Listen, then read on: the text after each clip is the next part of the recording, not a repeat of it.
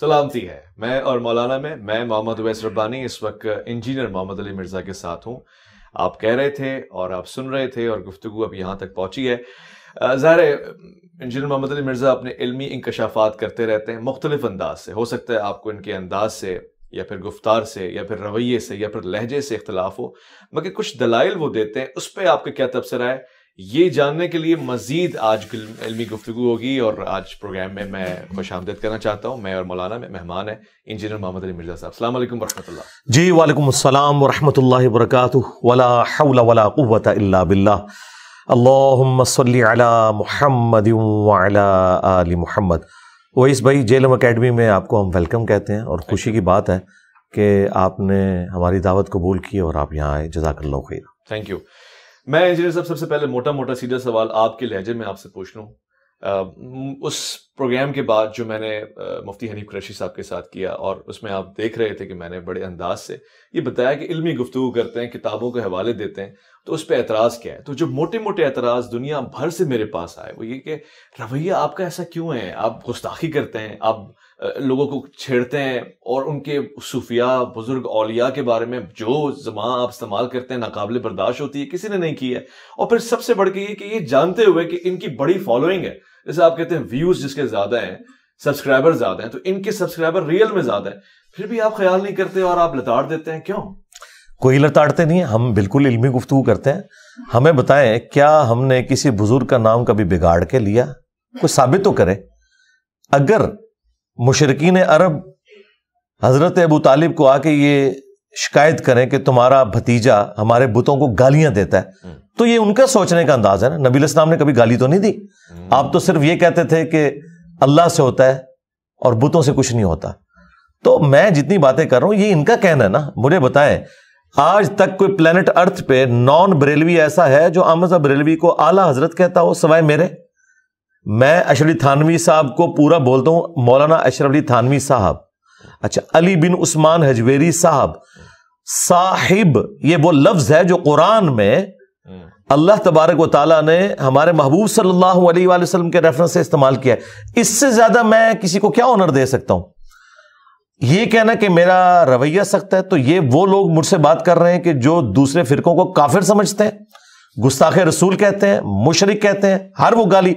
میں تو ساروں کو مسلمان سمجھتا ہوں، سب کے پیچھے نمازیں پڑھنے کا قائل ہوں، سب کو چندے دیتا ہوں جو ان کی زندگی اور موت کا مسئلہ ہے.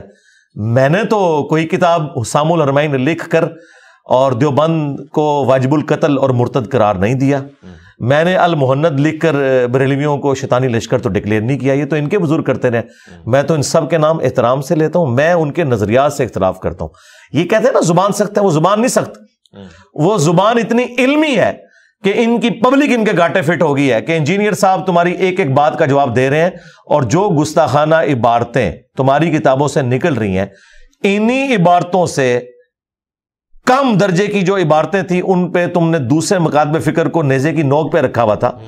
کل تک اشرف علی تھانوی رسول اللہ کفر و شرک تھا، آج چشتی رسول اللہ نکلا ہے تو تم کہہ رہے ہو کہ جی یہ معرفت کی بات ہے. کبھی کہہ رہے ہو کتابیں چینج ہو گئی ہیں. ایک جگہ رکو تو صحیح. یہی مفتی حنیف قریشی صاحب جب مناظرہ کر رہے تھے اس وقت نہیں تھا ان کو پتا کہ یہ اندراج بعد میں کسی نے کر دیا، یہ الحاقی عبارتیں ہیں. آج میرے دنیا میں چھوڑے جانے کے بعد ان کو یہ خیال آ گیا کہ جی یہ عبارتیں بعد میں کسی نے داخل کر دی ہیں. اس وقت تو یہ ڈیفینڈ کرتے تھے، اور اس میں بھی آپ کی پوڈ کاسٹ کے اینڈ پہ بھی جا کے انہوں نے ڈیفینڈ کیا چیزوں کو. اور جو انہوں نے لیم ایکسکیوزز رکھے ہیں وہ ہمیشہ سے ان کے یہی ہیں. وہ جو 3 بڑے دلائل ہیں میں نے ان کا ایک ایک کر کے جواب دیا.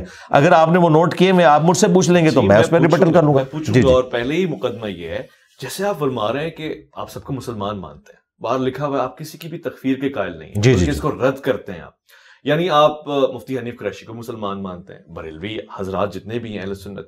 اسی طرح اگر پیچھے چلے جائیں تو آپ خواجہ معین الدین چشتی رحمۃ اللہ علیہ کو بھی مسلمان. جی بالکل، کیوں نہیں. تو پھر کسی مسلمان پہ یہ الزام لگانا کہ وہ اپنا کلمہ پڑھوا رہا ہے، کیا کوئی مسلمان کبھی اللہ کے رسول کے علاوہ اپنا کلمہ پڑھوا سکتا ہے اور پھر وہ مسلمان بھی رہے؟ یہ الزام خود ان کے ماننے والوں نے لگوایا نا. یہ کتابیں چھاپ رہے تھے، اسے معرفت کی بات کہہ کے ڈیفینڈ کیا کرتے تھے. یہ جو گستاخانہ عبارتیں ہیں ان کو ان کے ماننے والوں نے تو آن کیا ہے. اگر یہ آج آن کرنا چھوڑ دیں اور ساتھ یہ بھی مانیں کہ انجینئر صاحب نے ہمیں بتایا، اس سے پہلے ہم اسے آن کرتے تھے اور پچھلے آلموسٹ 800 سال سے ہم سے یہ مس ہینڈلنگ ہوئی. 633 ہجری میں فوت ہوئے معین الدین چشتی, آج 1445 ہجری چل رہا ہے. تو 800 سال تک کسی نے ان کو نہیں یہ بتایا کہ یہ لکھا ہوا تھا. یہ زیادہ سے زیادہ کوئی چیز لے کے آتے ہیں تو احمد بریلوی صاحب سے لے کے آتے ہیں کہ انہوں نے فتاوی رضویہ میں لکھا ہے کہ جو چشت کے بزرگ ہیں ان کی جو کتابیں ہیں وہ قابل اعتبار نہیں ہیں.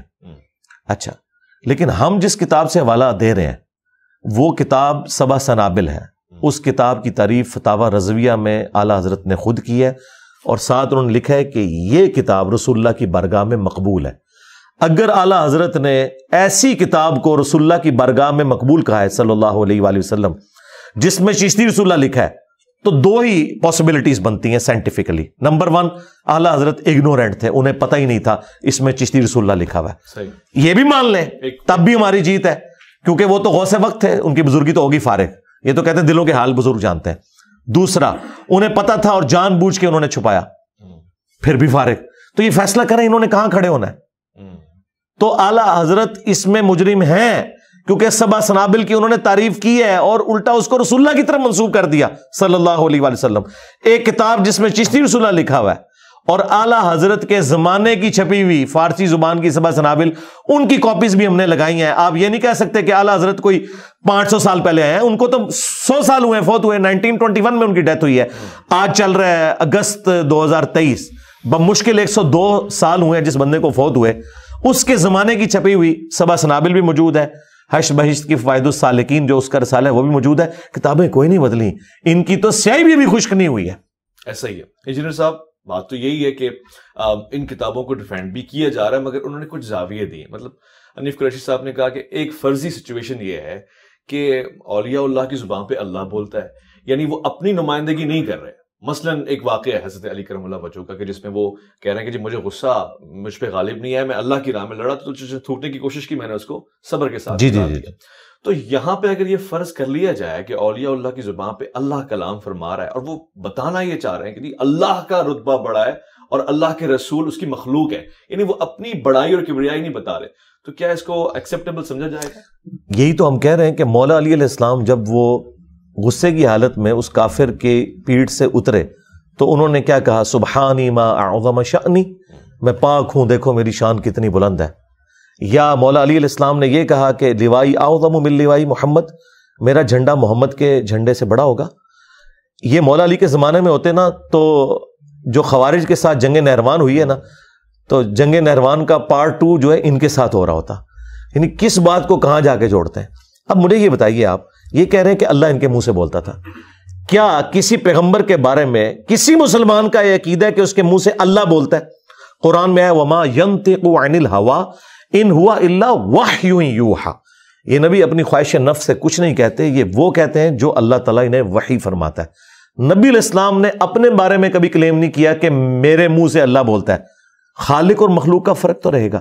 ان کے پاس زیادہ سے زیادہ کوئی مثال ملتی تھی نا تو وہ کہتے ہیں جی درخت میں سے آواز آ گئی. اچھا, اسی طریقے سے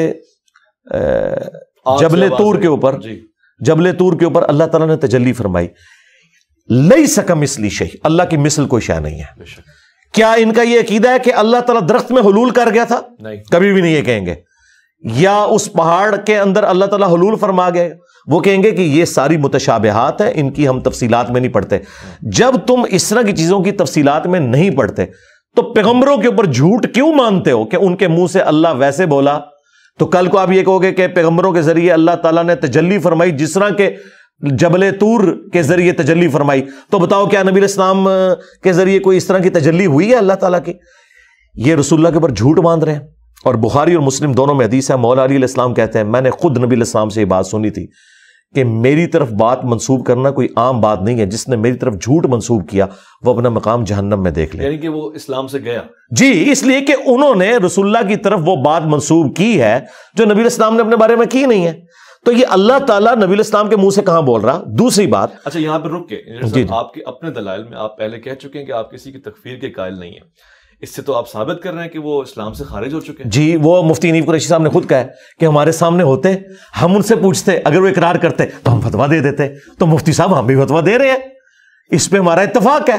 آپ کی پوڈ کاسٹ میں وہ کہہ چکے ہیں جی میں نے یہ بات کی ہے کہ وہ اب بندہ دنیا سے چلا گیا, آج ہم اس کی باتوں پہ بات کر رہے ہیں, ہم بزرگوں کو بینیفٹ آف ڈاؤٹ دے رہے ہیں نا. میں نے کہا ایک ٹن اس نے ذہن رکھا ہوا ہے کہ یہ معین الدین چشتی نے نہیں کہلوایا ہوگا, اگر انہوں نے کہلوایا ہے تو واقعی وہ کافر تھے, اس میں تو کوئی دوسری رائے نہیں ہے. اور خود یہ حنیف قریشی صاحب نے بھی کہا کہ اگر وہ ہمارے سامنے ہوتے ہم ان سے پوچھتے, اگر وہ نہ مانتے تو ہم فتویٰ دیتے. تو مفتی صاحب مان چکے, یہ میرا مقدمہ انہوں نے تسلیم کر لیا ہے کہ فتویٰ دیتے. بعد میں انہوں نے جو تعویلات کی ہیں وہ بعد کی چیز ہے, وہ مان چکے ہیں یہ کلمات کفر ہیں, اگر وہ اڑیں گے تو ہم ان کے اوپر فتویٰ دیں گے. اچھا اب آ جائیں, مجھے یہ بتائیے, کل تک تو یہ مفتی حنیف قریشی صاحب اور ان کی پوری جماعت کہتی تھی کہ با خدا دیوانہ باش با محمد ہوشیار, کہ دیوانگی صرف اللہ کے لیے چلے گی, نبی الاسلام کے ریفرنس سے اگر کوئی دیوانگی کی بات کرو گے تو ہم کفر کا فتویٰ دیں گے. تو مجھے بتائیں, سبحانی ما اعظم شأنی, یہ تو اللہ کے بارے میں ہو گیا, ہمارے نزدیک تو یہ بھی کفر ہے. لیکن یہ لوائی اعظم من لوائی محمد جو بایزید بستامی کی طرف منسوب ہے, ایک ٹن حسن ظن رکھ لیتے ہیں. یہ تو رسول اللہ کی انہوں نے شفاعت کے اس عقیدے کے اوپر ڈاکہ مارا ہے, اور ان کا ہے کہ محمد اور تمام انبیاء میرے جھنڈے کے نیچے ہوں گے. اور 7 الفاظ ہیں, میں قسمیاں کہتا ہوں یہ بات. اس کی تعویل فرید الدین عطار نے بھی کی, اس نے کہا کہ ان کے منہ سے اللہ بول رہا تھا, انہوں نے بھی کہا کہ اللہ بول رہا تھا. ہم یہ کہتے ہیں ٹیکنیکلی آپ کا یہ جواب اس لیے غلط ہے کہ کیا قیامت کے دن 2 جھنڈے ہوں گے, ایک اللہ کا ہوگا اور ایک اس کے رسول کا ہوگا. آپ شان الوہیت اور شان رسالت کا مقابلہ کروا رہے ہیں, اور ہم تو عیسیٰ ابن مریم کے لیے بھی جھنڈا ماننے کے لیے تیار نہیں ہے. تو آڈے بابے تو شاہ ہی کوئی نہیں, ٹھیک ہے. تو کیا رسول اللہ صلی اللہ علیہ وآلہ وسلم کے ہاتھوں میں جو لواء الحمد ہے, اس کے پیرلل میں اللہ تعالیٰ نے کوئی اور جھنڈا رکھا ہوا ہے؟ اللہ کا ہی جھنڈا ہے, وہی اللہ کا جھنڈا ہے. ہم بتاتے ہیں یہ کون سے جھنڈے ہیں, اگر ہیں یہ تو وہ بخاری مسلم میں ہے کہ قیامت والے دن ہر غادر اور خائن کے لیے میدان محشر میں ایک جھنڈا گاڑا جائے گا. اچھا, کہ یہ ہے غادر, اس نے خیانت کی تھی, اور میدان محشر کے سامنے پیش کیا جائے گا لوگوں کو کہ یہ خائن تھے. میں سمجھتا ہوں اگر انہوں نے اپنے بزرگوں کو بچانا ہے تو بچا لیں, ادروائز اگر یہ کہیں گے ان کے بزرگوں نے یہ باتیں کی ہیں تو ہم کہیں گے ہاں تمہارے بزرگوں کا جھنڈا ہوگا, وہ وہی جھنڈا ہوگا جو بخاری مسلم میں ہے کہ جو غادر کے لیے, جس نے دین کے ساتھ خیانت کی. جو میں کہتا ہوں کہ ان لوگوں نے عزتیں اویل کی اللہ اور اس کے رسول کے نام کے اوپر, چندے بٹورے انہوں نے اللہ اور اس کے رسول عز و جل و صلی اللہ علیہ وآلہ وسلم کے نام کے اوپر, سواریاں سوار کی انہوں نے مکے اور مدینے کے نام کے اوپر, لیکن پھینکی بغداد شریف میں, اجمیر شریف میں, دیوبند شریف اور بریلی شریف میں. غداری کی ہے انہوں نے. اچھا, ہاں بالکل غداری کی ہے. دیکھیں نا, اس لیے اللہ تعالیٰ نے سزا بہت بڑی دی ہے نا میری شکل میں, یہ آپ سے میرے نبی سا ہے ہی کوئی نہیں, تیرے سارے بابے شاہی کوئی نہیں, اگر وہ نبی کے مقابلے پر آ جائے. چونکہ یہ لا لا کے کھڑا کر رہے ہیں تو ہم کاٹ کاٹ کے پیچھے پھینکیں گے علمی طور پہ. اچھا, لیکن ایک چیز مسنگ ہے اور عوام بھی یہ کہہ رہی ہے. مثلا پیر مہر علی شاہ صاحب پروردگار کروڑوں رحمتیں فرمائے, ان کے اوپر مناظرہ کرتے تھے, میدان میں آ جاتے تھے قادیانیوں کے خلاف بھی, اور پھر ایک تاریخ ہے اولیاء اللہ کی. آپ پہ اعتراض یہ کہ آپ مناظرے سے راہ فرار اختیار کرتے ہیں, آپ کہتے ہیں ویڈیو تک محدود رہو, سامنے نہیں بیٹھ سکتے. مطلب مفتی طارق مسعود صاحب کا واقعہ ہوا, پھر مفتی حنیف قریشی صاحب کا یہی اصرار ہے کہ آمنے سامنے بیٹھے, ہم آپ کا احترام کریں گے, آپ کی حفاظت بھی کریں گے. پھر مسئلہ کیا ہے؟ مفتی طارق مسعود صاحب کا جو معاملہ ہے وہ الگ سے ہے, اس کے اوپر میں ویڈیو ریکارڈ کروا چکا ہوں, وہ چیز ہی کچھ اور تھی. اور ابھی بھی کسی کو شوق ہے وہ آ جائے. پیر مہر علی شاہ صاحب جب نکلے تھے غلام احمد قادیانی دجال کے مقابلے پر, تو انہوں نے کوئی چھوٹو تو لانچ نہیں کیا نا, خود آئے تھے نا. تو لگائیں یہ اپنے بڑوں کو ہوا, نکالیں بڑے, ہم تو کہہ رہے ہیں, اور یہ ان کی خواہش پہ.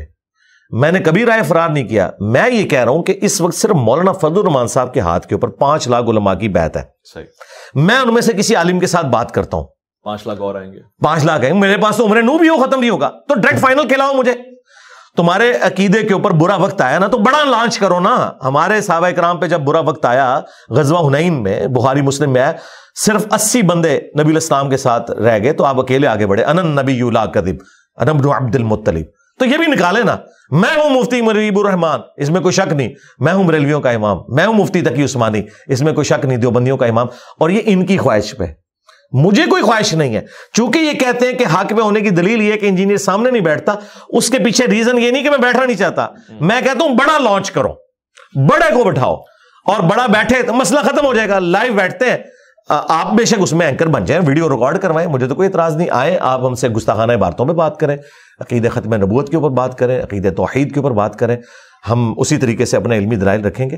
لیکن چھوٹوں کے ساتھ اگر بیٹھیں گے تو چھوٹوں کی تو پارٹی ہیں. اس وقت مفتی حنیف قریشی صاحب تو ایک چھوٹی بریلویت کی ایک پارٹی کو ریپرزینٹ کر رہے ہیں نا. جو ڈومیننٹ پارٹی ہے وہ تو اشرف جلالی یا الیاس قادری پارٹی ہے نا. وہ تو یہ ایک دوسرے کو ناسبی اور رافضی کہتے ہیں. یہاں پہ بھی اگر مشترکہ کوئی بڑی شخصیت ہے وہ مفتی منیب صاحب ہے. اگر یہ سمجھتے ہیں کہ مفتی منیب صاحب کی یا تقی عثمانی صاحب کی یا اہل حدیث کے ساجد میر کی سپیکنگ پاور نہیں ہے, تو میں پہلے تو ان سے پوچھوں گا کہ اگر ان کے پاس علم اور سپیکنگ پاور نہیں ہے تم نے ایڈ کیوں اپنا بنایا ہوا ہے؟ پوائنٹ ہے. ہاں بالکل, اتارو ان کو عمارت سے, لاؤ چھوٹو کو بڑا بناؤ, میں بیٹھ جاؤں گا. آج اپنا چھوٹو لانچ کر کے اسے بڑا بناؤ اپنا, اور کوئی یہ سب سے بڑا ہمارا ہے. اور مفتی منیر صاحب ویڈیو میں آ کے کہیں کہ ہاں ٹھیک ہے میں دستبردار ہوتا ہوں, میں نے اب یہ بڑا لانچ کر دیا اپنے فرقے کے لیے, میں تیار ہوں بیٹھنے کے لیے. جس کے پاس اسپیکنگ پاور ہے. اگر دیوبندی سمجھتے ہیں الیاس گھمن صاحب بیٹھ سکتے ہیں, لے ان کو. طارق مسعود صاحب کے بارے میں تو ان کے علماء کہتے ہیں ان کے اندر اس طرح کی گٹس نہیں کہ اختلافی موضوعات پہ بات کر سکیں. اس وقت بھی ان کو علماء نے منع کیا تھا کہ آپ وہاں نہ جائیں. تو میں نے علمی جواب دیا. ان کے یہاں آنے کے بعد جو میں نے ریبٹل کیا ہے, الحمدللہ سینکڑوں نہیں ہزاروں دیوبندی ریورٹ ہو چکے ہیں. ہماری لائف سٹوری سیشن چل رہے ہیں, آپ آ کے خود سن لیں. لوگوں کو پتا ہے کہ دلائل کیا ہے. تو مجھے بیٹھنے میں کوئی آر نہیں. میں کہتا ہوں کہ کس کے ساتھ بیٹھوں, ڈائریکٹ فائنل کھلاؤ. اس کی وجہ ہے کہ یہ مثال دیتے ہیں نا مجھے, دیکھیں چھیڑنے کے لیے یہ کہتے ہیں یہ مرزا ثانی ہے, ٹھیک ہے. تو تمہارا جو وہ غلام احمد قادیانی دجال تھا ان کا تھا, کیونکہ وہ صوفیاء کے پیٹرن سے تھا. ہاں جی, حنفی تھا. اس نے خود, اس کے ماننے والے بھی کہتے ہیں ہم حنفی ہیں, وہ بغیر رفع الجزائن کے نماز پڑھتے ہیں. تو جو حنفی قادیانی تھا غلام احمد قادیانی دجال, اس کے مقابلے پہ انہوں نے بڑا لانچ کیا تھا نا. اہل حدیث نے بھی ثناء اللہ امرتسری کو لانچ کیا تھا نا. تو آج اپنے بڑوں کو نکالیں. یہ مجھے مرزا ثانی کہہ رہے ہیں نا, تو بڑے نکالیں. اور بھائی ان کے بڑوں کو بھی پتا ہے کہ the damage has been done, کیونکہ غلام احمد قادیانی دجال کے ساتھ یہ پورے اس لیے پڑ گئے کہ اس نے تو ایک جھوٹی نبوت کلیم کی تھی, اس کے پاس کوئی علمی دلائل نہیں تھے. اس کے باوجود ان سے کئی بلنڈر ہوئے اس کو جواب دیتے ہوئے بھی. یعنی تحقیق الحق فی کلمت الحق میں پیر میر علی شاہ صاحب کہہ رہے ہیں کہ چشتی رسول اللہ والا واقعہ جو ہے نا, اس کو تم دلیل نہ بناؤ, وہ ایک معرفت کی بات تھی. انہوں نے بھی اس واقعے کو غلط نہیں کہا, ہاں انڈورس کیا ہے, انڈورس نہیں کیا نا, انڈورس کیا ہے کہ درست ہے وہ واقعہ. وہ کہتے ہیں تم اگر پڑھاؤ گے تو کفر ہوگا, اچھا ہمارا بابا پڑھائے گا تو جائز ہوگا. ہاں اب میں آپ کی اس بات سے میں اسی کے تسلسل میں کہہ دوں کہ انجینئر محمد علی مرزا صاحب کئی مرتبہ کہہ چکے ہیں, اور اکثر حضرات کا کوئی 80% لوگوں کا یہ کہنا ہے کہ جی مناظرے سے رائے فرار اختیار کرتے ہیں. تو میں نے یہ بات ان سے پوچھ لی ہے. اب ان کا یہ کہنا ہے کہ جی فائنل کھیلنا چاہتا ہوں, اور پیچھے مثال بھی دے دی ہے. تو مفتی منیب الرحمان اگر یہ میرا پیغام سن رہے ہو تو پھر کیا چیز ہے. میں اور ہم سب آپ کی قدر کرتے ہیں, آپ نمائندگی فرمائیں. اور بڑا نام لیا مفتی تقی عثمانی صاحب, یعنی کیا چیز ہے. یا تو آپ کہہ رہے ہیں کہ ان کی بات میں کوئی دم خم نہیں ہے, جو کہ میں یہ دیکھ رہا ہوں کہ ویوز اس بات کا, اس کی شواہد نہیں دے رہے. ویوز سے مراد لوگ جس تعداد میں سن رہے ہیں یہاں پر اور وہاں پر اور سب جگہ پہ اور ہندوستان میں.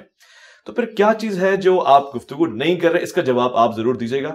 اور اگر یہ کہہ رہے ہیں کہ اگر آپ فن خطابت کے ماہر نہیں ہیں, یا آپ خود بھی ذوف میں ہے, کسی بھی حالت میں ہے, آپ کسی اور کو نمائندہ بنا دیں اور مستند نمائندہ ہو, اور ویڈیو میں اناؤنسمنٹ کریں. ویڈیو میں اناؤنسمنٹ لکھنے والا نہیں, وہ پھر ٹویٹس بھی یہاں ڈیلیٹ ہو جاتی ہیں جب پریشر آتا ہے اسٹیبلشمنٹ کا. ویڈیو میں بیٹھنے کے لیے تیار ہوں, کوئی حل نہیں جناب. میں کہتا ہوں جی آج ہی آپ بات کریں, میں بیٹھنے کے لیے تیار ہوں. اور میں اس سے بڑی آفر دے رہا ہوں, اگر یہ کہتے ہیں نا کہ بیٹھنا ہے, میں ان کو اپنی سیٹ پہ, اپنی یہ جو میرے پیچھے والی سیٹ ہے اس پہ بٹھاؤں گا, تسلی سے ان کی بات سنوں گا, میں قدموں میں بیٹھوں گا. اور کوئی گستاخی سرکار نہیں, کیوں گستاخی ہوگی؟ نہیں, دیکھیں مجھے بتائیں, یہ تو ایک دوسرے کے اوپر لانتیں بھیجتے ہیں. میں تو ان کے نام کے ساتھ حافظہ اللہ تعالیٰ کہتا ہوں. میں نے مفتی حنیف قریشی صاحب کا جب بھی نام لیا حافظہ اللہ بولا, مفتی منیب صاحب کے ساتھ بولا. یہی تو بات حیران کرتی ہے کہ اخلاق کا یہ والا زاویہ مجھے بڑا متاثر کرتا ہے. یہ ان کو توفیق نہیں ہوگی, یہ کبھی مجھے حافظہ اللہ بولے نا, اگلا جمعہ نہیں اپنی مسجد میں پڑھا سکتے لوگ. ان کو میں وہ الفاظ نہیں بولنا چاہتا, پھر کہیں گے غیر پارلیمانی الفاظ استعمال کر دیے. تو دیکھیں یہ ہمارا حوصلہ ہے, ہمارا تو کوئی اسٹوڈنٹ, بلکہ میرے اسٹوڈنٹس جو ویلاگز بناتے ہیں وہ بھی ان علماء کے ساتھ حافظہ اللہ کہتے ہیں. وہ ایک عالم کے ساتھ. مفتی طارق مسعود صاحب جب یہاں پہ جو کچھ کر کے گئے, اس کے جواب میں بھی ہمارے اسٹوڈنٹ نے ویڈیوز بنائی نا, تو مفتی طارق مسعود حافظہ اللہ تعالیٰ کا یہ ریکارڈ ہے. اچھا, یہ بڑا فرق دیکھنے میں آ رہا ہے, یعنی مفتی صاحب کے اور انجینئر صاحب کے. انجینئر صاحب کہہ رہے ہیں حافظہ اللہ, اور وہاں کے لوگ استغفر اللہ لگا رہے ہیں. انجینئر صاحب کے لعنت اللہ لگا رہے ہیں. جی بڑی میں تو اس بات سے آ رہی ہوں اور برائیت کا اظہار کرتا ہوں, یہ ہونا نہیں چاہیے اور یہ اچھا مزہ. اچھا, انجینئر محمد علی مرزا اور ان کی شخصیت کے ارد گرد بہت سارے سوالات گھومتے ہیں. ابھی کوئی چوتھا آپ پہ قاتلانہ حملہ, یعنی کوشش ہوئی ہے اس کی. مجھے تو یہ خبر ملی تو میں حیران تھا, اور میں ایکسپیکٹ کر رہا تھا کہ اکثر ایسی ہوا ہے کہ کوئی نوجوان ہوگا, نابالغ ہوگا, 18 سال کی عمر تھی. میں یہ جاننا چاہ رہا ہوں کہ آپ سے یعنی ایک طرف آپ حفیظ اللہ کہہ رہے ہیں اور دوسری طرف آپ کی جان کی دشمنی بھی ہو رہی ہے، یعنی آپ نشانے پہ ہیں چاروں طرف سے، تو یہ چیز آپ کو پریشان کرتی ہے کہ یہ جو توازن ہے یہ عدم توازن کا شکار ہو چکا ہے، کوئی بھی کسی وقت بھی آپ کے اوپر اپنا دینی فریضہ اتار دے گا پورا کر کے، یہ خوفزدہ کرتی ہے؟ دیکھ لیں، یہ ان کے بزرگوں کی تربیت ہے کہ وہ اس قسم کے لوگ پروڈیوس کر رہے ہیں. میں یہ نہیں کہہ رہا لانچ کر رہے ہیں، پروڈیوس کر رہے ہیں. اور ہماری تربیت یہ ہے کہ ہم ہمیشہ پازیٹیولی لے کے چلتے صوفیہ ہیں. نے تو کبھی کسی کے قتل کی بات نہیں کی، اولیاء اللہ اور صوفیہ کرام تو محبت کا پیغام دیتے رہے اور یہ بات تو سب کہتے ہیں. کاش اس زمانے میں یوٹیوب ہوتا اور ان کی چیزیں کھلتی تو پھر ہم آپ کو بتا سکتے ہیں. مجھے بتائیں، یہ آج کل جو کسٹوڈین ہے تصوف کے مزارات کے اوپر بیٹھے ہوئے ہیں، ان کے بارے میں آپ کو کیا آئے دن خبریں نہیں ملتی ہیں؟ پیر اپنے مریدوں کو قتل کروا دیتے ہیں، گدی کی خاطر اپنے بھائیوں کو قتل کروا دیتے ہیں. یہ سارے معاملات اس وقت بھی ہوتے تھے، اس وقت میڈیا نہیں تھا. آج انہوں نے پتہ کیا لیم ایکسکیوز رکھا ہے کہ نہیں پہلے والے ٹھیک تھے، اب والے خراب ہو گئے ہیں. جی جن کو آپ ٹھیک کہہ رہے ہیں نا، اس زمانے میں بھی اگر یہ سب کچھ ہوتا تو آپ کہتے ہیں اس سے پہلے والے ٹھیک تھے، اب والے خراب ہو گئے.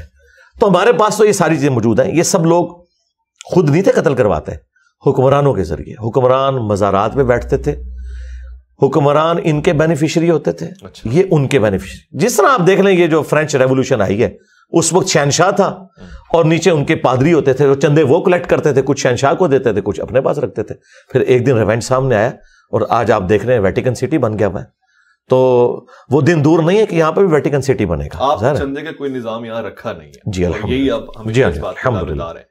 مگر سوال یہ ہے کہ جتنے بھی لوگ ہیں جو آپ کے خلاف ہیں یا ناقد ہیں، ان کے پاس تو ایک سسٹم ہے اور چل رہا ہے اور وہ نظر بھی آتا ہے، ڈونرز ہیں.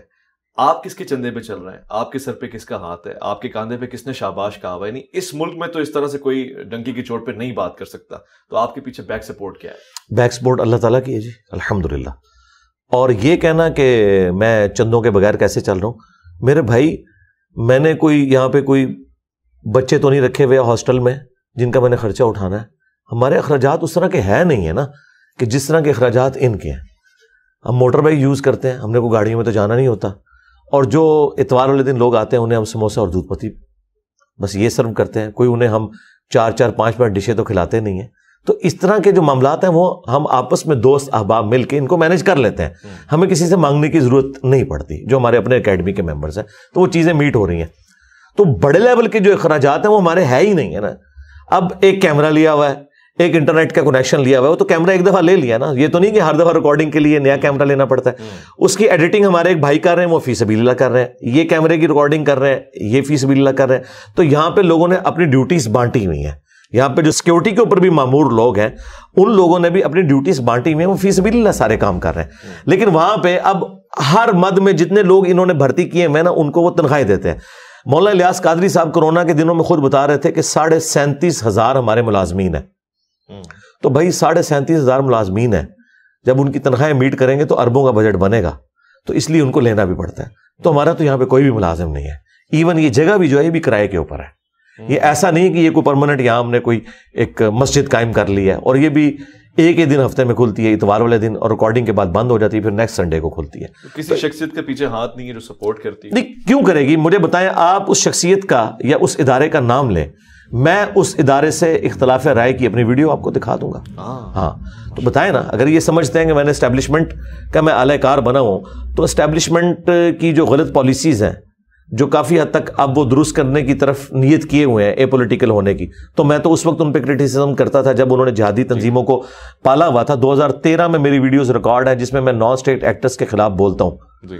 آج اگر وہ خود نان اسٹیٹ ایکٹر کے خلاف بولنا شروع ہو گئے ہیں FATF حافظہ اللہ تعالیٰ کی برکت سے، تو میں تو حافظہ اللہ اس سے کہوں گا کیونکہ پاکستان میں سکون آیا اس کی برکت سے. ورنہ ہمیں تو کوئی عقل نہیں آ رہی تھی کہ ہم نے کوئی اپنے آپ کو درست کرنا ہے. یا ضرب عزم حافظہ اللہ تعالیٰ اور رد الفساد حافظہ اللہ تعالیٰ، یہ ساری جو برکات اکٹھی ہوئی ہیں نا، تو یہ الحمدللہ اب نیشن اس کے بینیفٹ دیکھ رہی ہے. لیکن ان تمام چیزوں سے پہلے میں وہی پالیسی رکھتا تھا جو آج رکھتا ہوں. تو آپ یہ کہہ سکتے ہیں کہ اسٹیبلشمنٹ یا ادارے میری پالیسی پہ آ گئے، نہ کہ میں ان کی پالیسی کے اوپر آیا ہوں. تو میں اختلاف رائے تو کرتا ہوں. اللہ کا شکر ہے الحمدللہ. آپ کی تاریخ بھی بتا رہی ہے کہ پہلے یعنی ان تمام باتوں کی ضمن میں یہ بات کہہ رہا ہوں کہ آپ پہلے دعوت اسلامی میں بیٹھتے تھے, آپ وہاں شاگرد بھی رہے یعنی بریلوی تھے, پھر اس کے بعد آپ اہل حدیث کے عقائد سے بڑے متاثر ہوئے, پھر مولانا اسحاق صاحب کے ساتھ آپ کی نشستیں رہیں. تو جو آپ کی زندگی میں تغیر آتا جا رہا ہے, تبدل آتا جا رہا ہے, مستقبل کا انجینئر محمد علی مرزا کون ہوگا؟ شیعہ؟ نہیں, مستقبل تو یہی ہے جو ہم مسلم ہیں. اور اس کے اوپر میں اینٹی وینم اور پھکی اور الزامی جواب دیتا ہوں.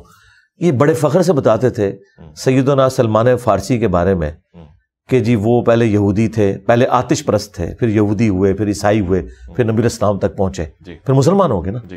تو مسلمان کے بعد بندہ کچھ بھی نہیں ہوتا. تو الحمدللہ میں حضرت سلمان فارسی کی سنت پہ عمل کرتے ہوئے سارے فرقے بدل کے اینڈ پہ مسلمان ہو گیا. ماشاءاللہ, یہ جواب ہے. اگر سلمان فارسی اسلام کی حالت میں گئے تو انشاءاللہ ان کا غلام بھی اسلام کی حالت میں دنیا سے جائے گا. آپ خود کو صحابی کے درجے پہ نہیں, درجے پہ نہیں, میں انہیں فالوور ہوں ان کا. ظاہر مثالیں تو میں نے ان کی دینی ہے نا. اگر آج میں اپنے نام کے ساتھ مرزا لگاتا ہوں, لوگ کہتے ہیں کیوں لگاتے ہوں, میں کہتا ہوں یہ صحابہ کی سنت ہے. ابو ذر غفاری, غفاری قبیلے کی نسبت ہے. ابو موسیٰ اشعری, اشعری قبیلے کی نسبت ہے. ابو ہریرہ الدوسی, یہ قبیلے کی نسبت ہے. تو صحابہ اکرام ہی ہمارے لیے رول ماڈل ہیں, ہم نے ان کو ہی لے کے چلنا. بڑے سارے لوگ آپ کو مرزائی اور قادیانی کہہ رہے تھے, آپ نے جس طرح سے رد کیا قادیانیت کا اور جو چیزیں آپ نے تھیسس کی صورت میں, ویڈیوز کی صورت میں کی ہیں, اب ان لوگوں کے تاثرات کیا ہیں, وہ کہاں گئے؟ جناب ہم نے یہ رد ان کی وجہ سے نہیں کیا, ہم پہلے بھی رد کرتے تھے. لیکن جب انہوں نے یہ سب کچھ کیا تو پھر میں نے وہ رد جو پہلے کرتا تھا وہ دوبارہ سے ریپیٹ کیا, اور ساتھ میں نے چشتی رسول اللہ اور اشعری رسول اللہ کا زخم بھی چھیلا اور اسے کینسر بنا دیا. جناب بلوں میں گھس گئے آپ. اور اس کے باوجود اب بھی جو لوگ ہٹ درمی پہ اترے ہوئے نا, اب وہ کہہ رہے ہیں نہیں قادیانی تو نہیں ہے, قادیانی نواز ہے, یہ کہہ رہے ہیں.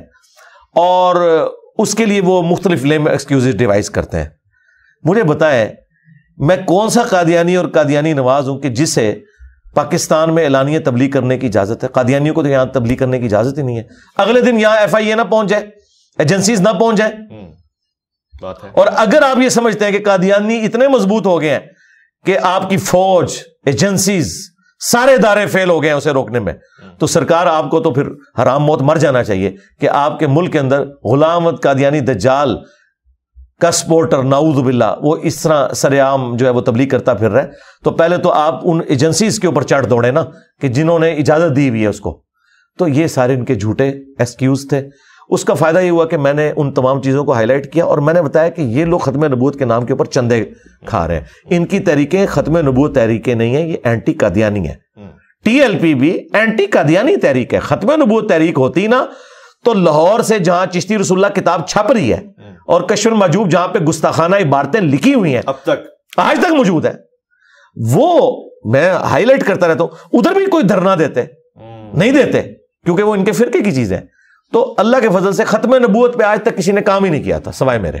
آج تک صرف اینٹی قادیانی کام ہوا تھا. ختم نبوت پہ پہلی دفعہ کام جو ہوا ہے نا وہ الحمدللہ ہمارے پلیٹ فارم سے ہوا ہے کہ ہم نے نہ غلام احمد قادیانی دجال کو چھوڑا, نہ اشعری تھانوی رسول اللہ, چشتی رسول اللہ, شبلی رسول اللہ, اور پتہ نہیں کتنے کتنے رسول اللہ ساتھ لگائے ہوئے انہوں نے. ٹھیک ہے, ایک آپ کے پوڈ کاسٹ سے نیا رسول اللہ بھی سامنے آیا, صادق رسول اللہ, جس پہ آپ نے بھی بڑا پتہ نہیں وہ اظہار آپ کا تعجب کے ساتھ تھا یا داد دینے کے لیے تھا؟ اکثر تعجب کے ساتھ ہی. اچھا تعجب کے ساتھ, جیسے آپ کی بات سے میں بھی تو اس میں آپ کو استغفر اللہ پھر پڑھنا چاہیے تھا. تعجب کا اظہار تو اس طریقے سے ہوتا ہے. جی ہاں ظاہر ہے. یعنی آپ کہہ رہے ہیں کہ پیچھے تمام زمانے میں پاکستان میں جو تحریکیں چلیں, جو خدمت ہوئی تحفظ ختم نبوت کی, جو قوانین پاس ہوئے بھٹو صاحب کے زمانے میں, ان کی محنت کچھ محنت نہیں, محنت ہے اینٹی قادیانی ہے, ادھوری محنت ہے, اینٹی قادیانی ہے. اور میں آپ کے کیمرے کی وساطت سے یہ بالکل اعلانیہ کہہ رہا ہوں, اگر یہ آج کے دور میں قادیانی والا ایشو اٹھتا تو چشتی رسول اللہ, اشعری رسول اللہ پارٹی نے بھی نہیں بچنا تھا میرے ہاتھوں. جی جی جی, میں نے ایسا ہنگامہ کھڑا کرنا تھا. ظاہر ہے اس وقت تو بھائی وہ بھی کیا دن تھے, ہم بھی ایک جن تھے, آج ہم دیو ہیں, جنوں کے بھی پیو ہیں. ہاں اللہ کے فضل سے ہم نے تو یہ ہنگامہ کھڑا کرنا تھا کہ کوئی بھی نہیں بچے گا جس نے ختم نبوت پہ ڈاکہ مارا ہے. ٹھیک ہے, یہ تو ان کی قسمت اچھی ہے کہ یہ بچ گئے ہیں. باقی جو ڈیسیژن ہوا بہت اچھی بات ہے, ایک سٹیپ طے ہوا, لیکن یہ ادھورا ڈیسیژن تھا. اس وقت یہ طے ہونا چاہیے تھا. اور آپ کو میں بتاؤں اس طرح کی چیزیں شاہ احمد نورانی صاحب کے سامنے رکھی بھی گئی تھی. جی جی ہاں جی. انہوں نے کہا تھا کہ بھائی یہ تو دیوبندیوں کی باتیں ہیں, لیکن وہ میرے کچھ جاہل تھے, چشتی رسول اللہ لے آتے نا تو ذرا تھوڑا شاہ احمد نورانی صاحب بھی ذرا آ جاتے ان کے قابو میں. تو ان کی خوش قسمتی کہیں اور سمجھ لیں مسلمانوں کی بدقسمتی، لیکن الحمدللہ میں نے اس سے بڑا کام کر دیا اللہ کے فضل سے، ہماری ویڈیوز کی برکت سے گھر گھر تک جو ہے ختم نبوت کا پیغام پہنچ گیا۔ صرف اینٹی قادیانی نہیں آپ نے رہنا، اور یہاں اینٹی قادیانی میں جو یہ پرسیکیوشن کرتے ہیں نا قادیانیوں کی، میں اس کے بالکل خلاف ہوں۔ اچھا جی پرسیکیوشن کا آپ کو رائٹ نہیں، آپ علمی طریقے سے ان کے عقائد کی غلطیاں ہائی لائٹ کریں تاکہ ان کی نسلیں اسلام میں واپس آئیں۔ صحیح۔ اگر آپ کہیں گے انہیں جینے کا حق نہیں ہے، انہیں نوکریاں نہیں ملنی چاہیے اور انہیں آپ ماریں گے پیٹیں گے، وہ تو الٹا پھر جرمنی میں جا کے بیٹھ گئے ہیں، وہاں پولیٹیکل اسائلم لے لیا انہوں نے، اور وہاں سے جا کے پوری دنیا کے اندر اپنی شیطنت پھیلا رہے ہیں۔ اس میں مجرم علماء کو سمجھتا ہوں، اچھا ان کے غلط رویے ہیں جس کی وجہ سے یہ سارا کچھ ہوا ہے۔ اچھا، آپ نے علماء کی بات کی، پرسنلی آپ سے پوچھ رہا ہوں، آپ کو کیا لگتا ہے کیوں آپ کو مفتی تقی عثمانی حفظ اللہ تعالیٰ کی طرف سے جواب نہیں آتا، یا مفتی منیب الرحمان حفظ اللہ تعالیٰ کی طرف سے جواب نہیں آتا؟ یعنی بڑے اکابر مشائخ آپ کو رسپونڈ نہیں کر رہے، آپ کو لفٹ ہی نہیں کرا رہے؟ تو مجھے کوئی ضرورت نہیں لفٹ کی، لفٹ تو میں نے ان کو کروانی ہے۔ دیکھیں مفتی منیب صاحب سعد رضوی صاحب کو ساتھ بٹھا کے پریس کانفرنس کرتے ہیں جب کے پی میں میلاد کے جلوس پہ عمران خان صاحب کی گورنمنٹ نے جو کچھ کریک ڈاؤن کیا، اور اس ویڈیو کو بمشکل 14,000 لوگوں نے دیکھا۔ اس سے 3 یا 4 دن کے بعد میں سنڈے والی اپنی مجلس کے اندر اس ٹاپک کو اٹھاتا ہوں، اور 24 گھنٹے کے اندر 1.25 لاکھ لوگ دیکھ لیتے ہیں۔ جو اسپیشلی اس کام کے لیے بیٹھے ہوئے ہیں ان کی ویورشپ آپ دیکھ لیں اور میری ویورشپ دیکھ لیں۔ مجھے کیا ضرورت ہے؟ مجھے تو لفٹ لینے کی ضرورت نہیں، ان کو لفٹ لینے کی ضرورت ہے۔ ان کی اپنی ویڈیوز کی ویورشپ دیکھ لیں، تقی عثمانی صاحب کی بھی اور مفتی منیب صاحب کی بھی۔ پھر کیوں جواب؟ ہمارے کسی ایک اسٹوڈنٹ کے چھوٹے سے چینل کی ویورشپ کا بھی وہ مقابلہ نہیں کرتے۔ اچھا، جواب اس لیے نہیں دیتے، 2 وجوہات ہو سکتی ہیں۔ جو اصل وجہ ہے وہ یہ ہے کہ انہیں پتہ ہے کہ ان باتوں کا جواب کوئی نہیں، اور اگر ہم نے جواب دیا اور انجینئر اسے ریبٹل کرے گا تو ہمارے فرقے نے جو آئندہ 30 سالوں میں ختم ہونا ہے وہ 3 سالوں میں ختم ہو جائے گا۔ اچھا، آئندہ 30 سالوں میں ختم ہونے والے ہیں؟ ہاں بالکل، انشاءاللہ تعالیٰ۔ وہ دیکھیں علمی موت تو مر چکے ہیں۔ اچھا، اب کون ہے مجھے بتائیں، کوئی بندے مجھے سامنے آگے بتائیں نا کہ میں 8 سے 1 ہفتہ پہلے دیوبندی ہوا، آئے ہمارے لائیو سیشنز کے اندر روزانہ سینکڑوں لوگ کیوں میں لگے ہوئے ہیں کہ ہم نے اپنا فرقہ کیوں چھوڑا؟ یہ بھی ذرا کوئی بتائیں، کسی کوئی بندہ فرقہ چھوڑ کے آیا ہے؟ تبلیغی جماعت لاکھوں میں لوگوں کو تبلیغی نہیں، تبلیغ وہ اس لیے کہ نسلن جو دیوبندی تھے انہیں دیوبندی کر رہی ہے۔ میں کہہ رہا ہوں نیا بندہ لے کے آئے کہ یہ پڑھا لکھا نوجوان تھا جو کٹر اہل حدیث تھا، اور ہم نے اسے تبلیغی جماعت میں لے آئے، ذرا ایک بندہ پروڈیوس کریں گے، نہیں کر سکتے۔ اچھا، آپ اس طرف واپس آئیں جو آپ یہ بات کر رہے تھے نا علماء والی۔ علماء اس لیے جواب نہیں دیتے، انہیں پتا ہے کہ ہمارے فرقے کا بچنا کچھ نہیں ہے، لیکن پبلک کو ان کے چھوٹے چھوٹے جو ساتھ کارندے ہیں وہ یہ کہیں گے نہیں مفتی صاحب کو تو لیول بہت بڑا ہے، اس لیے وہ اس کو اہمیت ہی نہیں دیتے۔ بھئی اگر اہمیت وہ نہیں دے رہے ہیں تو پوری دنیا کے علماء سارے فرقوں کے مجھے کیوں ٹارگٹ کیے ہوئے ہیں؟ صرف میرے علاوہ کوئی بندہ آپ نے دیکھا جس کے خلاف کوئی کلپ سارے علماء بنا رہے ہو؟ دنیا کی ہر مسجد میں میرے خلاف جمعہ پڑھایا جا رہا ہے۔ تو جب میں تمہارا ڈرونا خواب بنا ہوں اور یہ ڈرونا خواب ہونے کے باوجود تم کہہ رہے ہو کوئی فتنہ نہیں ہے، تو ٹھیک ہے سکون کرو۔ آئے دن کہتے ہو ہم دھرنا دیں گے، ہم FIR کٹوائیں گے۔ بھائی مصیبت تو تمہیں پڑی ہوئی ہے، تو تمہارے لیے میں نے آسانی کر دی ہے کہ بڑا لانچ کرو، اسے باہر نکالو۔ انہیں پتہ ہے کہ بڑا لانچ ہوا اس کے ساتھ بھی وہی کچھ ہونا ہے جو باقیوں کے ساتھ ہو رہا ہے، دلائل تو اس کے پاس بھی وہی ہے۔ اچھا، ہاں، بریلویوں کے پاس کون سی ایسی دلیل ہے جو مجھے نہیں پہلے پتا، میں خود بریلوی رہا ہوں، تو جواب تو اس نے دے دینا ہے۔ تو پھر ہمارے پاس کوئی لیم ایکسکیوز نہیں رہے گا کہ ہاں فلاں بڑا تھا ہمارا، وہ اگر آتا مقابلے میں تو ہم ہرا لیتے۔ وہ انہوں نے اپنے سارے ٹارزن لانچ کیے ہوئے ہیں، وہ ٹارزن سارے ہیں سامنے، ان کے پاس کوئی جواب نہیں ہے۔ تو مفتی تقی عثمانی صاحب یا مفتی منیب الرحمان صاحب، ان لوگوں کے پاس کوئی ایسی دلیل موجود نہیں ہے جو انہوں نے آ کے پبلک کو ایسی بتانی ہے کہ یہ اپنے بزرگوں کی گستاخانہ عبارتوں کا دفاع کر سکیں یا اپنے عقائد کا دفاع کر سکیں۔ اوکے، ہندوستان میں کسی عالم دین سے زیادہ متاثر ہیں اب جو آپ کو لگتا ہے اس نے واقعی کام کیا ہے؟ میں کہتا ہوں جنہوں نے بھی کام کیا ہے اور اچھا کام کیا، میں ان کی تعریف کرتا ہوں۔ مثلاً احمد بریلوی صاحب بڑا اچھا کام کیا ہے کہ انہوں نے بتایا کہ دیوبندی گستاخ رسول ہے، بڑا اچھا کام کیا انہوں نے، ورنہ ہمیں نہ پتہ چلتا۔ اور اس کے جواب میں جو دیوبندیوں نے بڑا اچھا کام کیا کہ انہوں نے بتایا کہ احمد بریلوی اور ان کی جماعت ایک شیطانی لشکر ہے جو ہم پہ حملہ آور ہوا ہے۔ تو اگر ہمیں یہ نہ بتاتے کہ شیطانی لشکر ہے تو مجھے کیسے پتہ چلتا؟ آپ اس کو آپ ٹونٹ سمجھ رہے ہوں گے، اگر ٹونٹ سمجھ رہے ہیں تو سب سے پہلے لعنت بھیجیں ان کے اوپر جنہوں نے یہ کام کیے ہیں۔ اگر آپ ان پہ لعنتیں نہیں بھیج رہے تو میری بات کو ٹونٹ نہ لیں، پھر پازیٹیو لیں۔ ایک ٹکٹ میں آپ کو 2 مزے تو میں نہیں کرنے دوں گا نا، ہاں میں ایک مزہ بھی نہیں کرنے دوں گا، ایک طرف کھڑے ہو نا۔ اگر آپ کہتے ہیں انہوں نے اچھا کام کیا تو میں اچھی تعریف کروں، اگر آپ کہہ رہے ہیں برا کام کیا تو آپ نے میرا مقدمہ مان لیا، کہاں جائیں گے؟ تو جس نے جو اچھا کام کیا ہے بہت اچھی بات ہے کہ وہ اس کے ذریعے ایک سٹیپ انہوں نے طے کروایا. اب آ جائے آپ, اگر یہ بنیاد آپ نے بنانی ہے نا تو سب سے اچھا کام کیا ہے اس گورے نے جس نے پرنٹنگ پریس بنایا. ورنہ صدیوں سے ہمارے بزرگان دین صرف نگاہیں مار کے لوگوں کو جلایا کرتے تھے. آج تک پرنٹنگ پریس بنا کے کسی نے نگاہ مار کے قرآن پاک کے 1 لاکھ نسخے تیار نہیں کیے. وہ گورے سے ہمیں پرنٹنگ پریس لینا پڑا ہے. ٹھیک ہے, انہوں نے ہی پرنٹ کیا. یہ تو صرف جلا کے راکھ کر سکتے ہیں اور کچھ نہیں کر سکتے. تو اگر خدمت کی ہے تو انٹرنیٹ کی خدمت ہے, یوٹیوب کی خدمت ہے, ویڈیو کیمرے کی خدمت ہے. معذرت کے ساتھ اس میں کسی اجمیر شریف والوں کا کوئی کیمرہ نہیں, کسی بغداشی والوں نے کوئی انٹرنیٹ کنیکشن نہیں دیا, یہ سب کچھ گوروں نے کیا ہے. تو سلام ہے ان کو. اگر آپ کہتے ہیں دین کی خدمت تو سب سے پہلے سلام ہے گوروں کو, جن کی وجہ سے آج پوری دنیا کے اندر ہماری آواز سنی جا رہی ہے. اس کے بعد یہ کہیں گے ہمارے بزرگوں نے کلمہ پڑھایا. ہم کہتے ہیں بالکل اچھی بات ہے, اللہ تعالیٰ انہیں جزائے خیر دے گا, لیکن اس کی بنیاد پہ ہم ان کے غلط نظریات لے لیں تو یہ نہیں ہوگا. کیوں کہ ڈاکٹر ذاکر نائک نے بھی تو سینکڑوں ہندوؤں کو کلمہ پڑھایا, تو سلطان الہند ڈاکٹر ذاکر نائک کیوں نہیں ہے؟ اس کو تو مفتی حنیف قریشی صاحب کہتے ہیں ذاکر نالائق, اور ایک اور بریلویوں کا مفتی کہتا ہے ذکر نالائق. ذکر کہتے ہیں مرد کی شرمگاہ کو, یہ نام اس طریقے سے لیتے ہیں. تو میں نے تو آج تک معین الدین چشتی یا علی بن عثمان حجویری یا بایزید بستامی ان کے ناموں کے ساتھ اس طرح کا بگاڑ والا کیا کام بتائیں. وہ ڈاکٹر ذاکر نائک صاحب نے جو امام حسین اور یزید کے حوالے سے بات کی تھی اس کو انڈورس کرتے ہیں آپ؟ میں تو سب سے پہلے میں نے تو اس کا علمی رد کیا تھا 2010 کے اندر. اسی کے بعد تو اہل حدیث میرے خلاف ہوئے تھے. اچھا. اور میں نے تو پھر یزید کے باوجداد کے بھی سارے کے سارے جو کارنامے تھے بخاری مسلم میں وہ بیان کیے. میں تو اس چیز کو انڈورس نہیں کرتا, لیکن میں یہ کہتا ہوں کہ ڈاکٹر ذاکر نائک نے یزید والا جو مسئلہ مس ہینڈل کیا, اس سے بڑا مس ہینڈلنگ والا معاملہ ختم نبوت کا ہے. چشتی رسول اللہ اور اشرفی رسول اللہ, اس کا جو ویٹیج ہے گندگی کا وہ زیادہ ہے اس سے.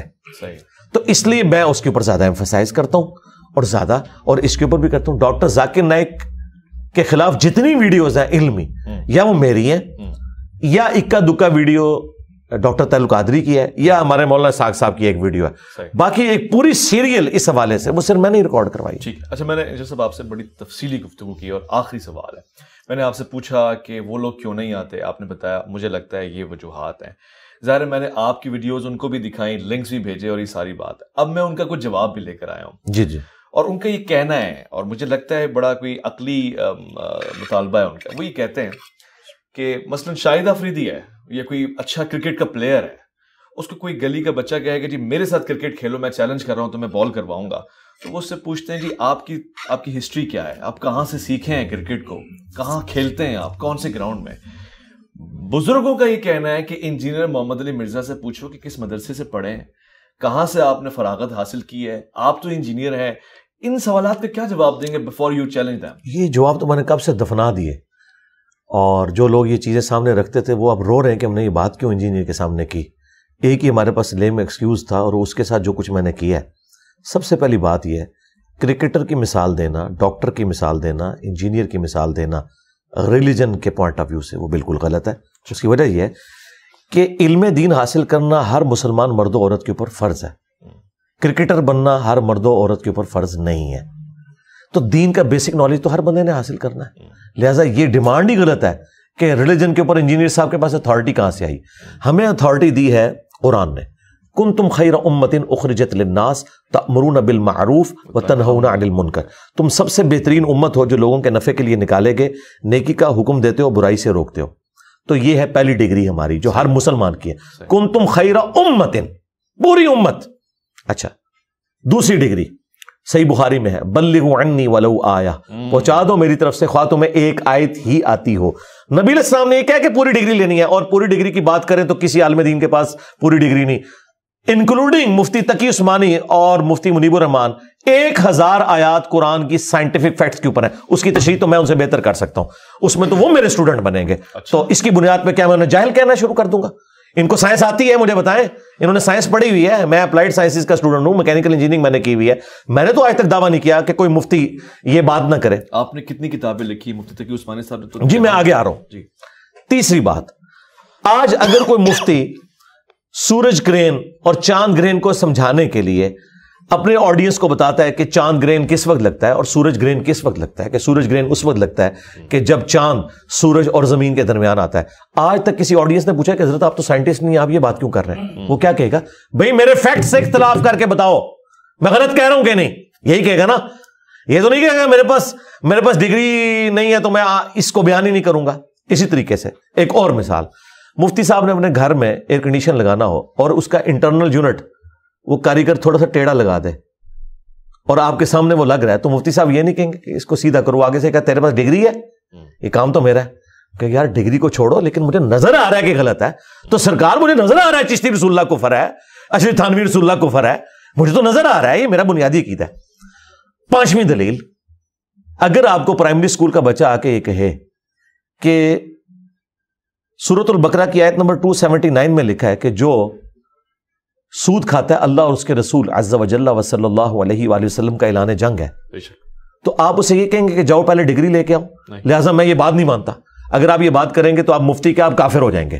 آپ کا کام ہے آپ اسے دیکھیں، اس ریفرنس کو چیک کریں. ہم بھی ریفرنس دیکھ رہے ہیں. 6ٹھی دلیل دیکھیں، میں ایک ترتیب سے صحیح بخاری میں کہ شیطان نے انسانی شکل میں آ کے آیت الکرسی کا وظیفہ سکھایا حضرت ابو ہریرہ کو. نبی علیہ السلام نے کیا فرمایا؟ ہے شیطان تھا لیکن بات سچی کی. اگر شیطان سچی بات کرے تو لے لے، انجینئر صاحب کرے تو نہ لے. اور 7ویں دلیل، جہنم کے 7 دروازوں کی نسبت سے، چلے طواف کعبہ کے 7 چکروں کی نسبت سے، یہ 7 دلائل ہیں. 6 دلائل میں آپ کے سامنے رکھ چکا ہوں. 7ویں دلیل یہ ہے کہ جامعہ ترمذی میں حدیث موجود ہے، اس کو سپورٹیو ابن عباس کا بھی قول ہے کہ حکمت مؤمن کی گم شدہ میراث ہے، جہاں سے بھی ملے لے لو. مجھے بتائیں، آپ سب کچھ تو غیر مسلموں سے لے رہے ہیں، وہاں تو آپ نہیں کہہ رہے ان کے پاس کوئی ڈگری نہیں ہے. صحیح، ٹھیک ہے. یہاں جب باری آئی ہے تو آپ ڈگریوں کی بات کر رہے ہیں. آپ بات کو چیلنج کرو. اگر میں کہہ رہا ہوں قرآن میں لکھا ہے نہ نکلے مجھے پکڑو، حدیث میں یہ لکھا ہے نہ نکلے مجھے پکڑو. چونکہ انہیں پتا ہے کہ سب کچھ نکل آیا اور ہم نے چھپایا ہوا تھا. اب ہم کیا کریں؟ میں آپ کو ایک مثال کے طور پر، تقی عثمانی صاحب کے بارے میں بڑا زوم ہے نا، ان کو مفتی اعظم پاکستان کہتے ہیں ان کے ماننے والے. تو کیا بریلوی مانتے ہیں انہیں مفتی اعظم پاکستان؟ کیوں نہیں مانتے؟ ڈگری مان لی. 8ویں دلیل، جنت کے 8 دروازوں کی نسبت سے. مجھے بتائیں، کیا بریلویوں کے علماء کی ڈگری کو عام دیوبندی نے مان لیا؟ وہ تو کہتے ہیں یہ تو مشرک ہے. اور عام بریلوی دیوبندیوں کے بڑے مفتی کو کہتا ہے گستاخ رسول. ڈگری کو چھوڑ دیں، وہ تو اسلامی مشکوک مانتا ہے. میں نے 8 دلائل آپ کے سامنے رکھیں کہ یہ خود بھی ایک دوسرے کی ڈگری مانتے ہیں، تو میری ڈگری کہاں سے انہوں نے ماننی ہے؟ ڈگری کی تو ضرورت ہی نہیں، میں تو دلائل سامنے رکھ رہا ہوں. تقی عثمانی صاحب نے خلافت و ملوکیت کا جواب اپنے زوم میں دینے کے لیے مولانا مودودی رحمہ اللہ کے اوپر گرفت کی کہ انہوں نے کہا کہ حضرت معاویہ رضی اللہ عنہ کے دور میں سب و شتم ہوتا تھا ممبروں سے مولا علی علیہ السلام کے اوپر. تو ان کا یہ بالکل جھوٹ ہے. وہ بخاری میں تو ہے سب ہوتا تھا، اور سب کا مطلب تنقید ہے. اور یہ وہ جملہ جو مفتی سے لے کے پبلک تک دیوبندیوں کو تقی عثمانی صاحب نے رٹوا دیا. یہ حدیث جو تھی نا بخاری کے اندر، یہ حدیث کا ایک طریق مسلم میں بھی ہے. اچھا جی، 6229 انٹرنیشنل نمبرنگ کے مطابق. اس میں پتا کیا لکھا ہوا ہے کہ آل مروان میں سے جب ایک شخص حاکم مدینہ بنا، یعنی بنو امیہ کا حاکم، اس نے سہل ابن سعد الساعدی کو ممبر پر بلا کر کہا کہ تم ابو تراب علی ابن ابی طالب پر لعنت کرو، اور اس میں الفاظ ہیں کہو لعن اللہ ابا تراب. اللہ اکبر. بخاری میں سب کے الفاظ تھے، مسلم کی حدیث میں امام مسلم نے لعن اللہ ابا تراب نقل کیے، لہذا سب کا ترجمہ ہے لعنت. مفتی تقی عثمانی نے اپنی کتاب میں اگر یہ جھوٹ جو لکھا کہ یہ سب تنقید ہوتی تھی، اور میں اس سے یہ بھی پوچھوں گا کہ یہ حضرت علی پہ تنقید کرنا ثواب کا کام ہے؟ اللہ اکبر. اس نے جھوٹ اپنی پبلک کو سکھایا کہ یہ سب تنقید تھا، لعنت نہیں ہوتی تھی. وہ حدیث مسلم میں 6229 تھی، اس میں واضح موجود تھا لعن اللہ ابا تراب. اگر تو تقی عثمانی نے یہ جان بوجھ کے جھوٹ بولا تو یہ عالم کہلانے کا حقدار نہیں ہے، اس نے منافقت کی ہے. لیکن میں یہ نہیں کہتا، میں تو حافظہ اللہ کہتا ہوں. میرا خیال ہے یہ جاہل تھے اس ٹاپک سے. اور یہی میرا عقیدہ ان کے چھوٹے علماء کے بارے میں ہے کہ اکثر ٹاپکس جو مخالفین کے اس کے بارے میں یہ جاہل ہیں. میں کیوں ان کے حساب کے اوپر سوار ہو گیا ہوں؟ بھائی میں سارے فرقوں کے پاس رہا ہوں، میں نے ساروں کے دلائل سیکھے، اس کے بعد میں ان کے اوپر مسلط ہوں الحمدللہ. اچھا، آپ ظاہر انسان ہی ہے، آپ یہ دعویٰ تو نہیں کر رہے کہ آپ پیغمبر ہیں. جی جی، نعوذ باللہ. آپ کی عصمت. جی جی، نہ آپ سے بھی غلطیاں ہوں. جی جی، ہوتی ہیں غلطیاں. سب سے بڑی غلطی جس پہ آپ ریگریٹ کرتے ہیں جی، علمی محاذ پہ کوئی غلطی ہو گئی؟ علمی محاذ کے اوپر سوائے میرے کوئی اور بندہ نہیں ہے جس نے ویڈیو ریکارڈ کرائی ہو انجینئر محمد علی مرزا کے 10 رجوع. اچھا، مجھے ذرا تقی عثمانی کا کوئی ایک رجوع والی ویڈیو دکھائیں اور اس کی ہیڈنگ یہ ہو میں کہتا ہوں یہ میں اکثر بولتا ہوں ہمسا ہو تو سامنے آئے, یہ میں تکبر کے طور پہ نہیں بولتا. ہر وہ گندگی جس کو تم گندگی سمجھتے ہو نا, اللہ نے میرا دامن اس سے پاک رکھا ہے, اور تمہارے بزرگوں میں وہ بدرجہ اتم موجود ہے. تکویری سوچ ہو, تکبر ہو, انا ہو, یہ میرا جو پیشن ہے نا, یہ میرا تکبر نہیں ہے, یہ میرے ایمان کا تقاضا ہے. اگر میں کانفیڈنس لوز کروں, میں جب کہتا ہوں یہ قرآن میں لکھا ہوا ہے, تو یہ میں قرآن کے اندر اپنے ایمان کا اظہار کر رہا ہوں. یہ انداز, یہ نبی اسلام کا انداز ہے. صحیح مسلم میں 2005 نمبر حدیث ہے, نبی اسلام جب ممبر پہ چڑھتے, جابر بن عبداللہ کہتے ہیں, اور اس حدیث کو امام جعفر نے اپنے والد امام باقر سے, اور انہوں نے جابر بن عبداللہ سے روایت کیا ہے, تو نبی اسلام کی آواز بلند ہو جاتی, غصے میں اضافہ ہو جاتا, آنکھیں سرخ ہو جاتی, گویا ایک جرنیل اپنی فوج کو تیار کر رہا ہے. یہ سٹائل تو نبی اسلام کا ہے, یہ صرف میرا اور ڈاکٹر اسرار کا سٹائل نہیں ہے. لیکن یہ چونکہ اس سٹائل کے عادی تھے جس میں انہوں نے جھوٹ سن کے تو لوری دے دے کے سلا دیا امت کو, تو اب ان کو یہ سٹائل آکورڈ لگتا ہے. انہیں یہ پتا نہیں ہے سنت سٹائل ہے. باقی نارمل گفتگو میں تو ایک اچھے طریقے سے کرتا ہوں. اب مجھے بتائیں, شاہد افریدی جب اپنے گھر میں اپنی بیوی سے روٹی مانگتا ہوگا تو پیار سے ہی بات کرتا ہوگا, لیکن اس کی بیوی نے کبھی اسے تان کیا ہے کہ میدان جنگ میں جا کے, یعنی کہ کرکٹ کے میدان میں, یہ تم ایسے کیوں کرتے ہو, تم میں سے کیوں, یہ کون گلا کیوں ہوتا ہے. ہاں, آپ مجھ سے یہ بات کریں کہ میں نے کسی کو گالی دی ہو یا میں نے کوئی ریفرنس غلط کوٹ کیا ہو, تو الحمدللہ میں ہر وہ معاملہ جس کو یہ برائی سمجھتے ہیں اپنے دامن کو اس سے پاک کر کے چلتا ہوں, اور ہر وہ اچھائی جو یہ کلیم کرتے ہیں وہ اللہ کے فضل سے میرے اندر موجود ہے. اور ان کے بزرگوں میں نہیں, یہ کہتے ہیں نا اچھائی ہونی چاہیے, تکفیر نہ کرو. تمہارے سارے بزرگ تکفیر کر کے حسام الارمین میں دیوبندیوں کی تکفیر ہوئی ہے, اور المہند میں انہوں نے بریلویوں کی تکفیر کی ہے, شیطانی لشکر کہہ دیا احمد بریلوی کو, اور خوارج کی جماعت اہل حدیث کو کہا ہے. وہ تمہارے سارے بزرگ, اور اس پہ اشری تھانوی کے سگنیچر ہوئے ہیں. یہی تک کہ سماری صاحب کہتے تھے ہمارے بزرگ تو بڑی احترام سے بزرگوں کا نام لیتے تھے, المہند علی المفند, ہند کی تلوار ایک سٹھیائے ہوئے پاگل بابے کے سر پہ. جب آپ احمد بریلوی کو المفند کہہ رہے ہو تو تمہارے اخلاقیات کہاں گے؟ میں نے تو کبھی نہیں ان کو کہا المفند. ہاں, میں نے جنرل کہا ہے المہندس علی المفندین. ہاں انجینئر ہیں آپ. ہاں انجینئر, تمام مفندین کے اوپر. اب مفندین کون ہے, میں نام کسی کا نہیں لیتا. ہر وہ بندہ جو چشتی رسول اللہ, اشرف رسول اللہ کا دفاع کرتا ہے وہ مفند ہی ہے نا. بہت بہت شکریہ انجینئر محمد علی مرزا صاحب. یہ گفتگو انشاءاللہ جاری رہے گی. آپ کی گفتار سے جن لوگوں کو اور جو معاشرے میں موت پڑ گئی ہے, پہلے اس پہ بھی ہم بات کر لوں. مثلا آپ نے لتاڑ دیا مفتی حنیف قریشی صاحب کو, اور پیچھے ایک سوال میرے پاس ہے, میں پچھلی گفتگو میں آیا, ان سے پھر رابطہ بھی ہوا, اور دوبارہ ایک الزام جو آپ پہ بارہا لگتا رہا ہے اور ابھی بھی ہے کہ آپ جی خبر کو مقتدا, اور پھر ساری بات کا سینٹنس وہ انگریزی میں کہتے ہیں کہ ہینگ ہم ناٹ لیو ہم کو آپ قومے کے ساتھ ہینگ ہم ناٹ لیو ہم کر دیتے ہیں. تو ایسے ہی آپ نے اشرف علی تھانوی رسول اللہ اور چشتی رسول اللہ کر دیا. اصل میں یہ بزرگوں نے اللہ کے رسول کی محبت میں کہے ہوئے کلمات ہیں, اور یہ ان کی طرف اشارہ نہیں کرتے. مطلب آپ اس کو جسٹیفائی ہوتا ہوا دیکھ رہے ہیں. اللہ نہ کرے جی, ہمیں تو اس سے پہلے موت آ جائے کہ ہم اس طرح کی چیزوں کو جسٹیفائی کریں. مجھے بتائیں, کیا سیدنا ابو بکر نے کبھی یہ کلمہ پڑھوایا لا الہ الا اللہ صدیق رسول اللہ؟ حالانکہ ابو بکر صدیق تھے, وہ کنایا کرتے, دونوں مطلب لیتے, زومانی جملہ بولتے, اور بعد میں کوئی پوچھتا تو وہ کہتے کہ میں صدیق کو نبی الاسلام کی طرف کر رہا ہوں, رسول اللہ بھی تو صدیق ہے. یا سیدنا عمر نے کبھی کلمہ پڑھوایا لا الہ الا اللہ فاروق رسول اللہ, یا غنی رسول اللہ, یا مرتضی رسول اللہ؟ کبھی بھی نہیں. یہ اس طرح کی جو تماش بینیاں یہ لوگ کر رہے ہیں, کیا یہ اللہ کے نبی الاسلام کے سامنے اس طرح کے جھوٹے لیم ایکسکیوزز کو جسٹیفائی کر سکتے ہیں؟ نیور, کبھی بھی نہیں کر سکتے. اور دوسری طرف ان کا حال یہ ہے کہ مخالف تھوڑی سی بھی کوئی بات میں الفاظ کا چناؤ ڈیفرنٹ کر دے تو یہ کہتے ہیں کہ جی گستاخی کی تعویل بھی نہیں ہوگی. یہاں پہ خود تعویل بیان کر رہے ہیں. جس چشتی رسول اللہ میں معین الدین چشتی صاحب نے چشتی سے مراد نبی الاسلام کو لیا. بھائی نبی الاسلام تو ہاشمی ہے, ان کا چشت سے کیا لینا دینا, اور عربی میں تو چے ہوتی ہی نہیں ہے. ہاں, عربی میں چے کہاں سے آ گئی؟ تو یہ اس طرح کی چیزیں, مطلب اللہ تعالیٰ سے ڈر جائیں. اور پھر الٹیمیٹلی ان کے پاس پتہ کیا ایک بھاگنے کا راستہ ہے. وہ کہتے ہیں کہ جی جس طرح مفتی صاحب نے بھی اپنی گفتگو میں آپ کے سامنے بات کی کہ اللہ کی محبت میں اگر کسی کی دماغ کی لو چٹک گئی ہو تو ہم یہ کہتے ہیں یہ جو چٹک جاتے ہیں آپ کے سارے بزرگ, خلفاء راشدین میں سے تو کوئی نہیں چٹکا, صحابہ کرام میں سے تو کوئی نہیں چٹکا. کیا آپ کے بزرگوں کی محبت کا معیار اور لیول ان سے بھی بڑھ کر ہے؟ اچھا, پھر یہ کہتے ہیں کہ جی وہ جو بڑی ہستیاں تھیں ان میں ضبط تھا, ان میں ضبط نہیں تھا. ضبط نہیں تھا تو ٹھیک ہے, پھر پاگل ڈکلیئر کرو. خود بھی وہ مان رہے ہیں. اس میں انہوں نے ویڈیو میں کہا ہے کہ 3 لوگوں سے اللہ نے قلم اٹھا لیا. یہاں پہ تو وہ مثال دیتے ہیں کہ جی خضر علیہ السلام موسیٰ علیہ السلام کہہ رہے ہیں لن تستطیع معی صبرا. تو ضبط و صبر تو ہر کسی کا الگ الگ ہو سکتا ہے نا, پیمانہ نہیں ہو سکتا ہے, بالکل ٹھیک ہے. پھر اس کو اس کیٹیگری میں فال کرنا. پہلی تو بات یہ ہے کہ حضرت خضر اور موسیٰ علیہ السلام کا جو واقعہ ہے اس میں حضرت خضر علیہ السلام نے اینڈ پہ وہ کلیریفائی کیا کہ میں نے اپنی مرضی سے کچھ نہیں کیا، یہ وہ ہوا جو اللہ نے مجھے حکم دیا تھا۔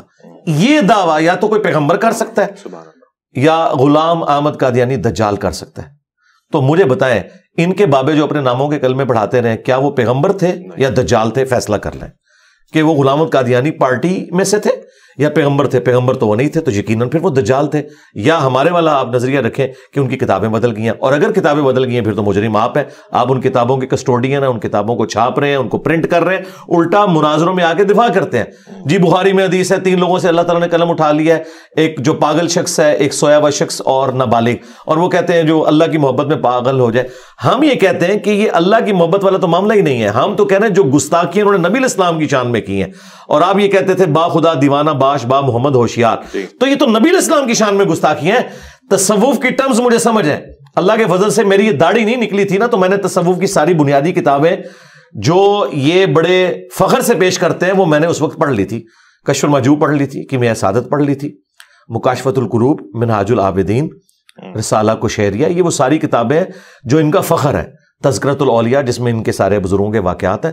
اس وقت ہم بھی یہ تعویلات کرتے تھے، لیکن بات یہ ہے کہ نبی علیہ السلام کی شان میں جو بندہ گستاخی کر رہا ہے، لوائی اعظم من لوائی محمد، اور یہ کہہ کے کہ اللہ ان کے منہ سے بول رہا ہے، نعوذ باللہ، یہ تو رسول اللہ کے بارے میں بھی عقیدہ نہیں ہے کہ ان کے منہ سے اللہ بولے گا۔ اور دوسرا ٹیکنیکل فالٹ یہ ہے کہ قیامت کے دن تو جھنڈا ہے ہی ایک ہے، اور وہ ہے اللہ کا جھنڈا جو رسول اللہ کے ہاتھ میں ہوگا، اس کے علاوہ اللہ نے کوئی پیرلل میں اپنا کوئی جھنڈا لانچ کیا ہوا ہے، تو ایسی بات کوئی نہیں ہے۔ ان کے جواب میں وہ کہتے ہیں صحیح اسناد سے حدیث ثابت ہیں کہ رسول اللہ صلی اللہ علیہ وسلم کا جھنڈا تو حضرت علی کے ہاتھ میں ہے۔ جی جی، تو وہ جو اللہ کے رسول کے ہاتھ میں جھنڈا ہے وہ تو حضرت علی والا جھنڈا ہے، یعنی یہ 2 الگ الگ جھنڈے تو ہو گئے۔ تو چشتی رسول اللہ یا پھر اس کے علاوہ دیگر صوفیہ کے ہاتھ میں جو ہے وہ تو اس کی نمائندگی ہو رہی ہے۔ جی دیکھیں، یہ پڑھے لکھے بندے سے جب آپ بات کریں گے تو پھر میں پلانٹ ارتھ سے باہر چھکا ماروں گا۔ یہ جنگ کا جو جھنڈا ہے اس کا شفاعت کے جھنڈے کے ساتھ کیا لینا دینا؟ کیا ان کا یہ عقیدہ ہے کہ قیامت کے دن جو شفاعت کا جھنڈا ہے وہ حضرت علی نے اٹھایا ہوگا یا عیسیٰ ابن مریم نے اٹھایا ہوگا؟ وہ تو ہمارا فخر ہے، عسیٰ ان یبعثک ربک مقاما محمودا، یہ مقام محمود صرف نبی علیہ السلام کی خاصیت ہے۔ یہ بات اگر مولا علی کے سامنے ہوتی نا تو مولا علی وہی کچھ کرتے ان کے ساتھ جو مرہب کے ساتھ کیا تھا، اور وہ کہتے ہیں ظالمو، تم علی کو جو رسول اللہ کا خادم ہے اس کو لا کے شفاعت کے اس معاملے میں کھڑا کر رہے ہو پیرلل میں۔ اور مجھے بتائیں جب نبی علیہ السلام کا جھنڈا حضرت علی کے ہاتھ میں ہوتا تھا تو وہ جہاد فی سبیل اللہ ہو رہا ہوتا تھا نا، تو اس وقت اللہ کا جھنڈا کس کے ہاتھ میں ہوتا تھا؟ کیونکہ اللہ کی راہ میں جہاد ہو رہا ہے، جھنڈا تو ایک ہی ہوتا تھا۔ تو قیامت کے دن بھی ایک ہی جھنڈا ہے، اس کا نام ہے لواء الحمد، اور بخاری مسلم کے الفاظ ہیں انا سید الاولین والآخرین، میں جتنے گزر چکے جتنے آنے والے میں ان کا سردار ہوں۔ پھر نبی علیہ السلام نے کہا اس لیے کہ سب کے سب لوگ اپنے سفارشی کو جب تلاش کریں گے تو آدم علیہ السلام کے پاس جائیں گے، وہ اپنی جان کی فکر میں ہوں گے، وہ کہیں گے مجھ سے غلطی ہوئی تھی، حالانکہ وہ معاف ہو چکی ہے۔ یوں کرتے ہوئے نوح علیہ السلام، پھر عیسیٰ علیہ السلام، موسیٰ علیہ السلام، مختلف پیغمبروں سے ہوتے ہوئے الٹیمیٹلی جب عیسیٰ ابن مریم کے پاس آئیں گے وہ کہیں گے آج ایک ہی شخص ہے جس کے ہاتھوں پر شفاعت کا دروازہ کھلے گا، تو محمد رسول اللہ کے پاس جاؤ۔ نبی علیہ السلام کہتے ہیں کہ میں اس وقت پھر اللہ تعالیٰ کی حمد کروں گا ان الفاظ میں جو اللہ تعالیٰ مجھے اسی وقت تعلیم فرمائے گا، اور اس حمد کی برکت سے میں جب تک اللہ چاہے گا میں سجدے میں رہوں گا، اور پھر اللہ تعالیٰ حکم دے گا کہ اے محمد سر اٹھائیے، آپ بات کریں، آپ کی بات سنی جائے گی، آپ شفاعت کریں، آپ کی شفاعت قبول کی جائے گی۔ نبی علیہ السلام کہتے ہیں میں خطیب ہوں گا تمہارا۔ تو نبی علیہ السلام تو انڈیویجول پرسنالٹی ہیں قیامت کے دن کے مہمان خصوصی۔ اور پھر نبی علیہ السلام نے کہا چاہو تو قرآن پڑھ کے دیکھو، عسیٰ ان یبعثک ربک مقاما محمودا، اے نبی ہم عنقریب آپ کو اس مقام پر فائز کرنے والے ہیں جہاں ہر شخص آپ کی حمد کرے گا۔ مقام محمود یعنی ایسا مقام جہاں پہ جو بندہ فائز ہے اس کی لوگ حمد کریں گے۔ قیامت کے دن کے مہمان خصوصی ہمارے محبوب صلی اللہ علیہ وآلہ وسلم ہے، اور اس منصب میں انہیں تو ابراہیم خلیل اللہ شیئر نہیں کر سکتے، تو سیدنا علی کیسے شیئر کر سکتے ہیں، یا کوئی شخص کیسے کوئی دعویٰ کر سکتا ہے؟ اور میں آپ کو بتاؤں صحیح مسلم کی حدیث ہے، نبی علیہ السلام نے فرمایا قیامت کے دن تمام انبیاء، تمام انسان میری طرف متوجہ ہوں گے، حتیٰ کہ ابراہیم خلیل اللہ بھی میری طرف متوجہ ہوں گے۔ حالانکہ ابراہیم وہ ہیں جن کی تعریف کرتے ہوئے ہمارے نبی تھکتے نہیں ہیں، ابو الانبیاء۔ ہاں اچھا، لیکن آپ فرما رہے ہیں کہ ابراہیم میری طرف متوجہ ہوں گے، میں خطیب بنوں گا سب کا۔ اچھا، اور اسی کو اعلیٰ حضرت نے ایک شعر میں کہا ہے، وہ جہنم میں گرا ان سے جو مستغنی ہوا ہے خلیل اللہ کو حاجت رسول اللہ. یا اعلیٰ حضرت نے اس صحیح مسلم کی حدیث کا ترجمہ کیا ہے.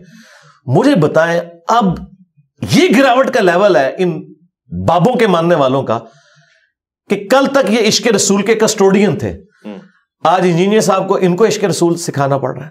تو لہٰذا ہمارا یہ مقدمہ بالکل درست ہے کہ انہوں نے عشق رسول کا صرف ایک میک اپ کیا ہوا تھا, اصل میں یہ عشق باباؤں میں گرفتار ہے. لیکن انہوں نے چونکہ یہ اپنا چورن بیچنا تھا تو مسلمان تو وہ بات مانتا ہے جو اللہ کے نبی علیہ السلام کے راؤنڈ سینٹرڈ ہو. اسی لیے یہ ہر بات کو قرآن و سنت میں فٹ کرنے کی کوشش کرتے ہیں تاکہ رسول اللہ کی بھولی بھالی امت کو دھوکہ دینے کی کوشش کریں. اور میں آپ کو بتاؤں یہی وجہ ہے کہ میں خود ان دھوکہ بازوں میں شامل تھا, لیکن جیسے ہی مجھ پہ حقیقت کھلی تو میں نے کہا یار یہ تو بڑا دھوکہ, انہوں نے رسول اللہ کے نام پہ مجھے دھوکہ دیا. تو میں نے پھر اس سسٹم کو للکارا ہے. اسی تو ہم عرض کرتے ہیں کہ وہ بھی کیا دن تھے, ہم بھی ایک جن تھے, آج ہم دیو ہیں, جنوں کے بھی پیو ہیں, یعنی ان مولوی جنوں کے. اللہ اکبر. خوبصورت. میرے خیال ہے خاطر خواہ جواب چلا گیا آپ کی طرف سے, اور ویٹ کرتے ہیں کوئی اکابر میں سے بڑا آدمی اگر اس کا جواب نہیں آئے گا. جی ٹائم قیامت تک ہے, یہ میری کرامت ہے اور مجھے خوشی ہوگی کہ میری یہ کرامت غلط ثابت ہو اور کوئی ان کے اکابرین میں سے بندہ باہر آ جائے. اور یہ بھی میں ان کی خواہش پہ کروں, مجھے کوئی خواہش نہیں. ان کے کہیں بھولے بھالے جو چند لوگ بھیڑیں بچ گئی ہیں نا, جن کو یہ زوم ہے کہ فلاں اگر آ گیا نا تو انجینئر صاحب کو بھگا دے گا. نہ سرکار, ماں نے ایسا کوئی بندہ نہیں جمیا, نہ مرے ہوئے میں سے نہ زندوں میں سے, جو انجینئر صاحب کے قرآن و سنت کے دلائل کا مقابلہ کر سکے. انجینئر صاحب کا نہیں, انجینئر صاحب جو قرآن و سنت سے دلائل لا کے رکھ رہے ہیں. مجھے بتائیں کس کی جرت ہے کہ چشتی رسول اللہ یا اشرف رسول اللہ کا دفاع کرے آگے. آپ کا دعویٰ اپنی جگہ, لا تقنطوا من رحمت اللہ. مجھے امید ہے کہ شاید کسی کا ضمیر جاگے گا اور کوئی ذمہ داری سمجھے گا اپنا جواب دینا. ضرور ایک نتیجہ تو ہم نے حاصل کر لیا ہے, اور ساتھ ساتھ یہ للکار بھی چلی گئی, یہ پیغام بھی چلا گیا ہے. جو مشائخ ہیں, جو اکابر ہیں, جو سربراہ ہیں, جو اپنے اپنے مسالک میں ایک چہرہ رکھتے ہیں, وہ آئیے بیٹھ جائیے اور گفتگو میں سوالات کا جواب دیجیے. میں ضامن بننے کو تیار ہوں, اور میں دیکھ رہا ہوں اور سن رہا ہوں کہ یہاں بڑا کانفیڈنس ہے, خود اعتمادی ہے. اب سوال آپ کی طرف ہے, مجھے یقین ہے کہ کوئی بہتر جواب آئے گا. اپنا خیال رکھیں گے آپ. میں اور مولانا میں ویس ربانی کو دیجیے گا اجازت.